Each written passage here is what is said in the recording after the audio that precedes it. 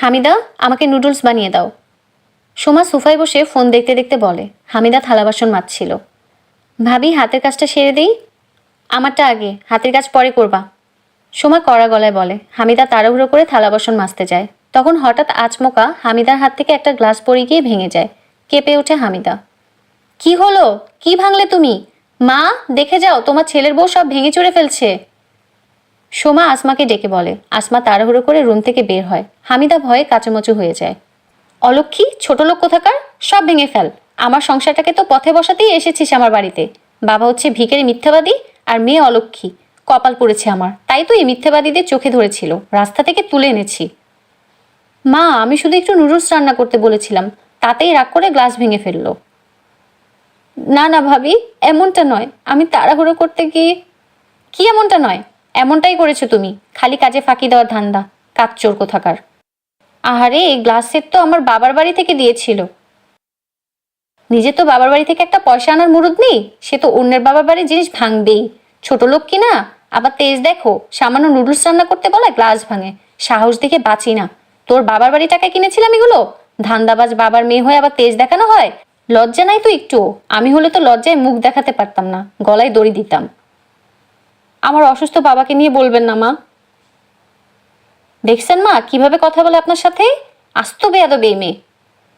বাবাকে কিছু বলবো না? বিয়েতে 3 লাখ টাকা 2 ভরি গহনা দেওয়ার কথা ছিল, কই সে টাকা তো পেলাম না। টাকার জন্যই বিয়ে করালো, আমার টাকাটাই মেরে দিল। আমাদেরই ভুল হয়েছে, টাকা হাতে নিয়ে বিয়ে পড়ালে এই দিন দেখতে হতো না। টাকার টাকা গেল, আর অলক্ষকে সারা জীবন ঘাড়ের উপর বসিয়ে খাওয়াতে হবে। সে আবার তেজ দেখাবে, আমার সাথে বেয়াদবি করবে। ইচ্ছে তো করে চুল ধরে বাড়ি থেকে বের করে দেই, কিন্তু মানুষ তো, তাই পারি না, সব সহ্য করি। আসমা রেগে বলে। সোমা মিটমিট করে হাসতে থাকে। হামিদা মাথা নিচু করে কাঁদছে। আজকে তোর খাওয়া বন্ধ। খাওয়ার বেলা তো 1 গামলা ভাত একবারই খেয়ে ফেলিস, আজকে খাবি না। না খেয়ে গ্লাসের টাকা উসুল করবি। বাবার বাড়ি থেকে তো আর আনতে পারবি না, বাবাই তো তোর পথে বসেছে। ছোট লোকের বাচ্চা কোথাকার, যত সব, আমার ঘাড়ি চাপতে হলো এর। আসমা বকতে বকতে চলে যায়, তার পেছন পেছন সোমাও যায়। হামিদা কাঁদতে কাঁদতে ভাঙা গ্লাসের কাজ তুলতে থাকে। হামিদার বর আরিফ পুলিশে চাকরি করে, সে অন্য জেলায় থাকে। হামিদার বিয়ে হয়েছে কয়েক মাস হলো। বিয়ের 15 দিন পরে আরিফ চলে গেছে তার কাজে। আরিফ চলে যাওয়ার পর থেকেই হামিদার উপর অত্যাচার শুরু করেছে শাশুড়ি আর যা। বিয়েতে মোটা অঙ্কের টাকা দাবি করেছিলেন আসমা। হামিদার বাবা রাজি হয়েছিল। এই যৌতুকের কথা আরিফ জানে না, কিন্তু পরে হামিদের বাবা অসুস্থ হয়ে যাওয়াতে টাকা শোধ করতে পারেনি। হামিদা নুডলস রান্না করে বড় জায়ের রুমের সামনে যায়। ভাবি, আসবো? আপনার নুডলস রান্না করেছি। দরজার বাইরে থেকে নক করে বলে হামিদা।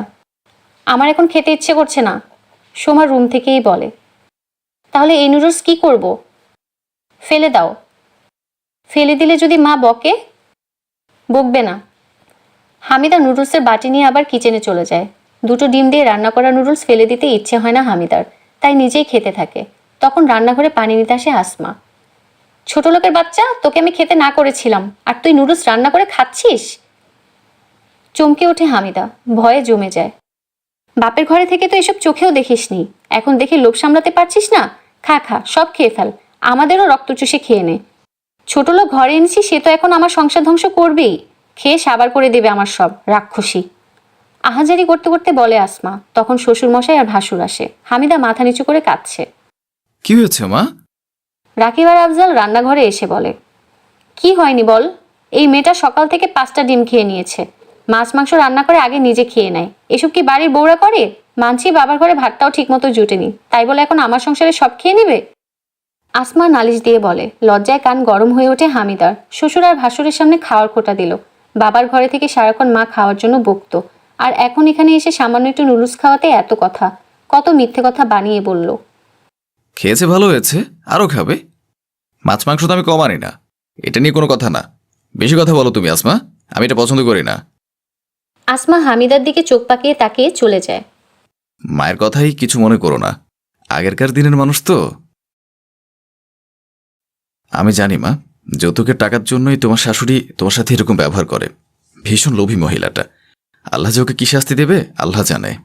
সোমাকে ডাক্তার বলেছে সে কোনোদিনও মা হতে পারবে না, এই জীবনে তার সন্তানের মুখ দেখা হবে না। আর আসমা চিরকালের জন্য পঙ্গু হয়ে গেছে, সে আর হাঁটাচলা করতে পারবে না। তার বাঁ পাশটা প্যারালাইজ হয়ে গেছে, কথাও বলতে পারে না। দুজনেরই তেজ কমে যায়। কথায় কথায় হামিদাকে অপমান করো তো দূর, কথাই বলে না এরা, সারাক্ষণ চুপচাপ থাকে। হামিদা চা বানিয়ে সোমাকে দিতে যায়। সোমা উদাস হয়ে খাটে বসেছিল। ভাবি, আপনার চা। সোমা হামিদার দিকে তাকায়। আমাকে ক্ষমা করে দিও হামিদা, তোমাকে অনেক জ্বালিয়েছি, অনেক কষ্ট দিয়েছি, তার প্রতিদানে আমি চরম শাস্তি পেলাম। এটা আমার প্রাপ্য ছিল, আমাকে মাফ করে দিও। হামিদার হাত ধরে কেঁদে বলে সোমা। হামিদা সোমার মাথায় হাত বুলিয়ে সান্ত্বনা দেয়। কান্না করেন না ভাবি, আমি আপনার উপর রেগে নেই, আল্লাহ চাইলে আবার সবটা ঠিক করে দেবে। তারপর শাশুড়ির জন্য চা আর বিস্কুট নিয়ে যায়। শাশুড়ি পাশে বসে গরম চায়ে বিস্কুট ডুবিয়ে ফু দিয়ে শাশুড়ির মুখের সামনে ধরে। আসমা দুই চোখ দিয়ে পানি পড়তে থাকে।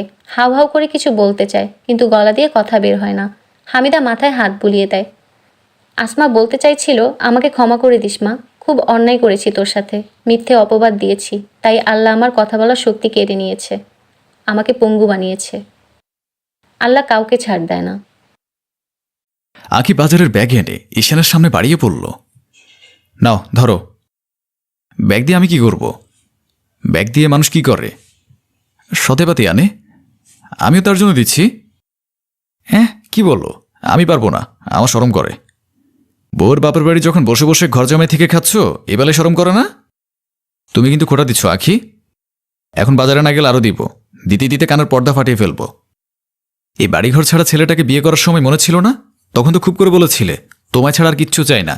আমি স্পষ্ট করে বলে দিয়েছিলাম আমার নিজস্ব বাড়িঘরে নেই, আমার মতো ছেলের জন্য নিজের জীবন নষ্ট করো না। কাঁদতে কাঁদতে আমার শার্ট ভিজিয়ে ফেলে কি বলেছিলে? তুমি বলে চলবে, দরকার হলে আমার বাড়িতে ঘর জামাই থাকবে, তাও আমাকে চাই। সেটাই তো আমার জীবনের সবচেয়ে বড় ভুল। কেন যে তোমায় ভালোবেসেছিলাম, আমার জীবনটা বাঁশপাতা বানিয়ে দিলে। এখন আফসোস করে লাভ নেই, এই ভাদামের সাথেই তোমাকে থাকতে হবে। হ্যাঁ, আফসোস করে কী লাভ? দোষ তো আমার নিজের, কাউকে দোষারোপ করতে পারবো না। কেন যে তোমাকে বিয়ে করলাম? বাবা বলেছিল এই অপদার্থ ছেলে থেকে বহুগুণ ভালো ছেলে আমাকে এনে দেবে, তার কথা শুনিনি, জিদ ধরে বসেছিলাম এই অপদার্থ ছেলেকে আমার লাগবে, তার মাসুল খুব ভালো করে দিতে হচ্ছে আমায়। ভুল করেছ, মাসুল দিতেই হবে, কি আর করার বলো। বান্ধবীরা দেখা হলেই মুখ টিপে টিপে হেসে জিজ্ঞেস করে, কিরে আখি, শুনলাম তুই ঘর জমায় থাকিস? সবার কপালে সুখ হয় না, আমাদের দেখ, আমার স্বামী নিজস্ব 4 তলা বাড়ি আছে। এসব কথা শুনলে কার মাথা ঠিক থাকে? শুনবে না, এরা বান্ধবী নামের কলঙ্ক। এরা আসি তোমাকে পিন মেরে কথা শোনাতে। শোনাবেই তো, শোনানোর কাজ করে নিয়েছি আমি। এখন ওদের দোষ কি? আজকাল কেউ কাউকে খোঁচা মারার বিষয় পেলে ছেড়ে দেয় নাকি? তোমার বাবাকে বললাম উত্তরের ফ্ল্যাটটা আমার নামে লিখে দিক, তাহলে তার ঘর জমে থাকি না। কি বলো তুমি? না মানে আমার নামে লিখে না দিক, তোমার নামে লিখে দিতে পারে, তোমার মানেই তো আমার। এ আসে রাতের ঘুম হারাম করো না, এবার কি বাজারটা করে আনো। তোমাকে বললামই তো বাজার করতে আমার শরম করে। আখি তেতো গলায় বলে উঠল, বাজার করতে শরম করবে কেন? তুমি কি বাজারে নতুন বিয়ে করতে যাচ্ছ নাকি? না। তাহলে তো শরম আসে কোথা থেকে শুনি? শ্বশুরবাড়িতে বসে বসে অন্ন ধ্বংস করতে যখন শরম করে না, তাহলে বাজার করতে গিয়ে কিসের শরম? তুমি আমায় অপমান করছো। আরও করবো না গেলে। দাও ব্যাগ দাও, পাপ করেছি বিয়ে করে, এখন পুণ্য করে সে পাপ গোছায়। ঈশান তেড়ে মেড়ে ব্যাগ নিয়ে দরজা অব্দি গিয়ে ফিরে এলো। মুখ কাচুমাচু করে বলল, আখি কি হয়েছে? বাজার করতে পাঠাচ্ছ, টাকা দিবে না? ওরে আল্লাহ, একদিন একটু বাজার করে খাওয়াতে পারবে না? সে টাকাও আমার বাপে দিতে হবে? কাকে বিয়ে করলাম আমি? আমার হাতে এখন টাকা নেই। থাকলো কবে? তুমি টাকাটা দিয়ে দাও না। সামনের বার সত্যি বলছি, আমি নিজের টাকায় বাজার করে খাওয়াবো। সামনের বার আসতে আসতে বোধ হয় আমি কবরে চলে যাব। ঈশান অনুরোধের সুরে বলল, প্লিজ বউ, এবারের মতো বাঁচিয়ে দাও। আসলেই বাদামে বিয়ে করেছি আমি। কপর ট্রাক দেখিয়ে আঁখি টাকা বের করে ঈশানের হাতে দিল। নাও, এবার বাজারে না আমায় ধন্য করো। মানুষের কথা কম শোনাবে না। বিয়ের পর স্বামীর জন্যই বাপের কাছে হাত পেতে টাকা চাইতে হয়। আরও কত কিছু করতে হবে তোমার জন্য। এর থেকে কানা লুলা খোড়া অচল লোকে বিয়ে করলে আমার রক্ষা হতো। নিজের পায়ে নিজে কুড়াল মেরেছি, এখন ঘা সারাতে হবেই। এই বিষয়টা আগে বোঝা উচিত ছিল তোমার। তোমাকে ভালোবাসাই আমার জীবনের সব থেকে বড় ভুল। আবেগ দিয়ে জীবন চলে না, বাস্তবতা অনেক কঠিন। কিছুই করার নেই, এটাই বাস্তব। তোমার বাস্তবের খেতা ফুরি, চোখের সামনে থেকে দফা হও। কি কি আনবো বলে দিলে না? তোমার যা খুশি তাই এনো। আঁকি মুখটা ঝামটা মেরে চলে গেল। ঈশান কিছু সময় দাঁড়িয়ে থেকে বাজারের দিকে রওনা দিল।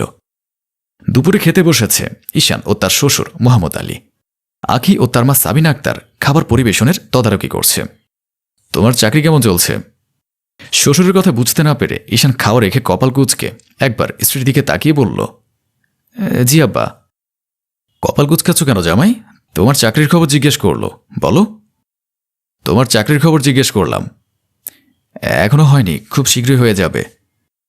হয়ে গেলেই ভালো, একটা নতুন বাসা দেখা শুরু করো। কেন আব্বা, কিরকম কথা?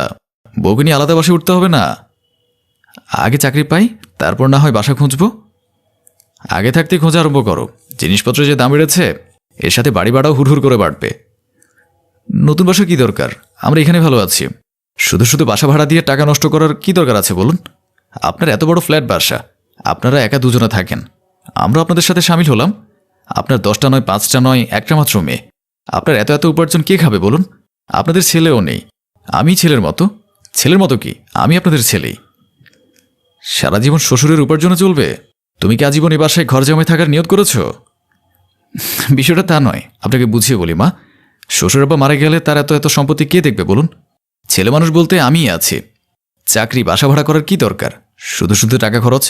এখানে আলহামদুলিল্লাহ অনেক ভালো আছে। মোহাম্মদ আলী সাহেব মেয়ের দিকে তাকিয়ে কটমট জবাবে বলল, আমি আগেই বলেছিলাম এই ছেলে 1 নম্বরের অপদার্থ। আমার কথা শুনলি না। একে না পেলে মারা যাবে, প্রয়োজন হলে বিষ খাবে। এর থেকে 1000 গুণ ভালো ছেলে আমি তোর জন্য এনে দিতাম। কত বড় বড় ঘর থেকে তোর জন্য বিয়ের প্রস্তাব এসেছিল, তোর মুখের দিকে তাকিয়ে এই গর্দবের সাথে বিয়েতে রাজি হয়েছি। আব্বা, ওকে বইগেন না। ওর সিদ্ধান্ত নিয়ে আজকাল ও নিজে আফসোস করে। আপনি আফসোসের পরিমাণ বাড়ালে যে কোনো সময় আবার বিষ খেয়ে বসতে পারে। তুমি চুপ করো, বাবার সাথে সুর মিলে ভালো স্বাস্থ্য হবে না। কি শুরু করলে বলো তো? খেতে বসে এত কথার কি দরকার? পরে বললেই তো পারো। সবাই চুপ হয়ে গেল। আখির চোখটা টলমল করছে। তা দেখে সাবিনা আক্তার মেয়ের হাত ধরে চোখ দিয়ে আশ্বস্ত করল। মোহাম্মদ আলী সারা রুম পায়চারি করছেন। সাবিনা আক্তার খাটে বসে বসে স্বামীর মতিগতি লক্ষ্য করছেন। হঠাৎ পায়চারি থামিয়ে হুঙ্কার দিয়ে বলল, তোমরা মেয়ের জন্য এমন ছেলেকে আমার সহ্য করতে হচ্ছে। আসপর্দা দেখেছ? আমাকে বলে চাকরি করলে কি হবে? আমার এত টাকা কি আমি ওর জন্য জমিয়েছি? কি আরম্ভ করলেন? একটু চুপ করে এখানে বসুন, আপনার প্রেশার বেড়ে যাবে। এ আপদ আমার ঘর থেকে না নামলে প্রেশার আমার এমনি কমবে না। মানুষ মেয়ে বিয়ে দিয়ে দায়িত্ব থেকে বেঁচে যায়, আমার ক্ষেত্রে হয়েছে উল্টো। জামাই সহ মেয়ের দায়িত্ব নিতে হচ্ছে। কিছুদিন পর নাতিন নাতিন খরচ আমাকেই চালাতে হবে, তার 14 গোষ্ঠী শুদ্ধ সব আমাকে সামলাতে হবে। ভেবেছিলাম মেয়ের বিয়ে দিয়ে এবার স্বস্তি নিঃশ্বাস ছাড়ব। আমার কপাল দেখো, স্বস্তি নিঃশ্বাস তো দূরে থাক, অস্থিরতায় যান শেষ। যা হওয়ার হয়ে গেছে, এখন আমি বা আপনি কি তা বদলাতে পারবো? পারলে ভালোই হতো। মেয়েটাকে পই পই করে মানা করেছিলাম, এমন ছেলেকে বিয়ে করার দরকার নেই। তোমার মেয়ে শুনল না আমার কথা, আমাকে উল্টো মরে যাওয়ার ধমকি দিয়ে বিয়ে করেই ছাড়লো। এবার মজা বুঝুক। ভালোবাসবি ভালো কথা, ভালো ছেলে দেখে করবি, তা না করে একটা অপদার্থ ছেলেকে বেছে নিল। আর ছেলের কথা কি বলবো? সে বড়লোক মেয়ে পেয়ে ফাঁসি নিয়েছে। সামনে থেকে হাত খরচের 1 টাকাও দিব না আমি। বিয়ে হয়েছে, হাত খরচ স্বামী থেকে নেবে। তার স্বামী কিভাবে দিবে, কোথা থেকে দিবে সে জানে। আমার এত যন্ত্রণা ভালো লাগে না। আমি স্বস্তিতে 2 চোখের পাথা বন্ধ করে কবরে যেতে চাই। মোহাম্মদ আলীর আগে গজগজ করছে। সাবিনা আক্তার দীর্ঘশ্বাস ছাড়লেন। মেয়েটার ভবিষ্যৎ নিয়ে তিনিও শঙ্কায় আছেন। গাল ফুলিয়ে বসে আছে আখি। ঈশান বেশ কয়েকবার গলা ঝেড়ে কাশি দিলেও আখির দৃষ্টি আকর্ষণ করতে পারেনি। পাশে বসে বউর হাতটা কোলে নিয়ে ঈশান বলল, তোমার জন্য একটা সারপ্রাইজ আছে। লাগবে না তোমার সারপ্রাইজ? সত্যি তো? হ্যাঁ সত্যি। সারপ্রাইজের কোনো দরকার নেই। তুমি বরং একটা চাকরি ও বাসা ভাড়ার চেষ্টা করো, তাতে আমি খুশি হব। তোমার আমাকে বিয়ে করে খুব আফসোস হয়, তাই না? হ্যাঁ, অনেক আফসোস হয়। নিজের কপাল চাপড়ে ফাটিয়ে ফেলতে ইচ্ছা করে। দেখলে তো তোমার ভালোবাসা কতটা খাঁচ্ছিল।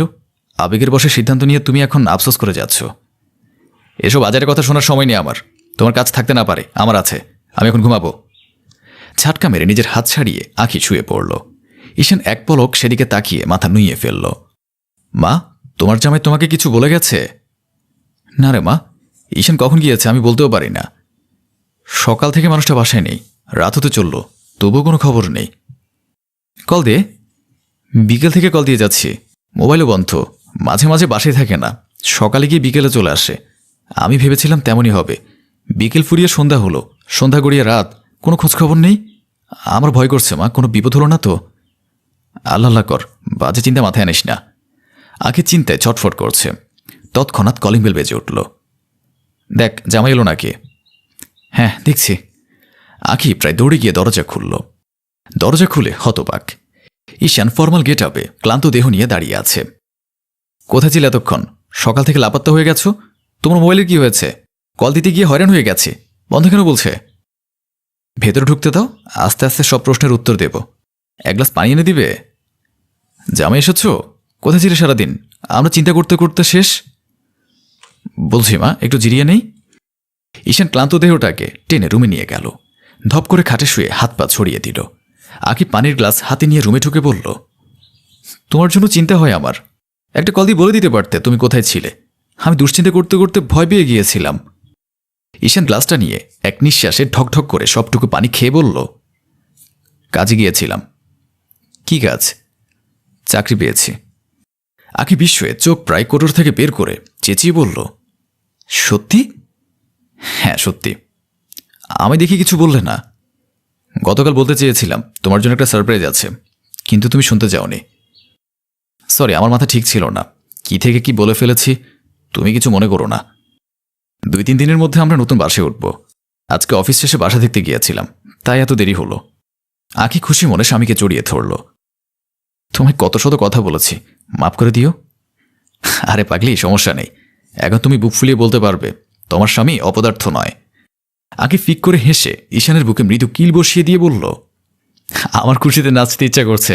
দাঁড়াও, মাকে খবরটা দিয়ে আসি। বাবাকেও কল করে বলবো আমার স্বামী চাকরি বাসা দুটো জোগাড় করে ফেলেছে, এখন আর তাকে অপদার্থ বলতে পারবে না। আঁখি ছুটল মায়ের কাছে, ঠোঁটে তার এক টুকরো প্রশান্তির হাসি। অবশেষে সে নিজের নামের পাশ থেকে ঘর জামাই ট্যাগটা উঠাতে পেরেছে।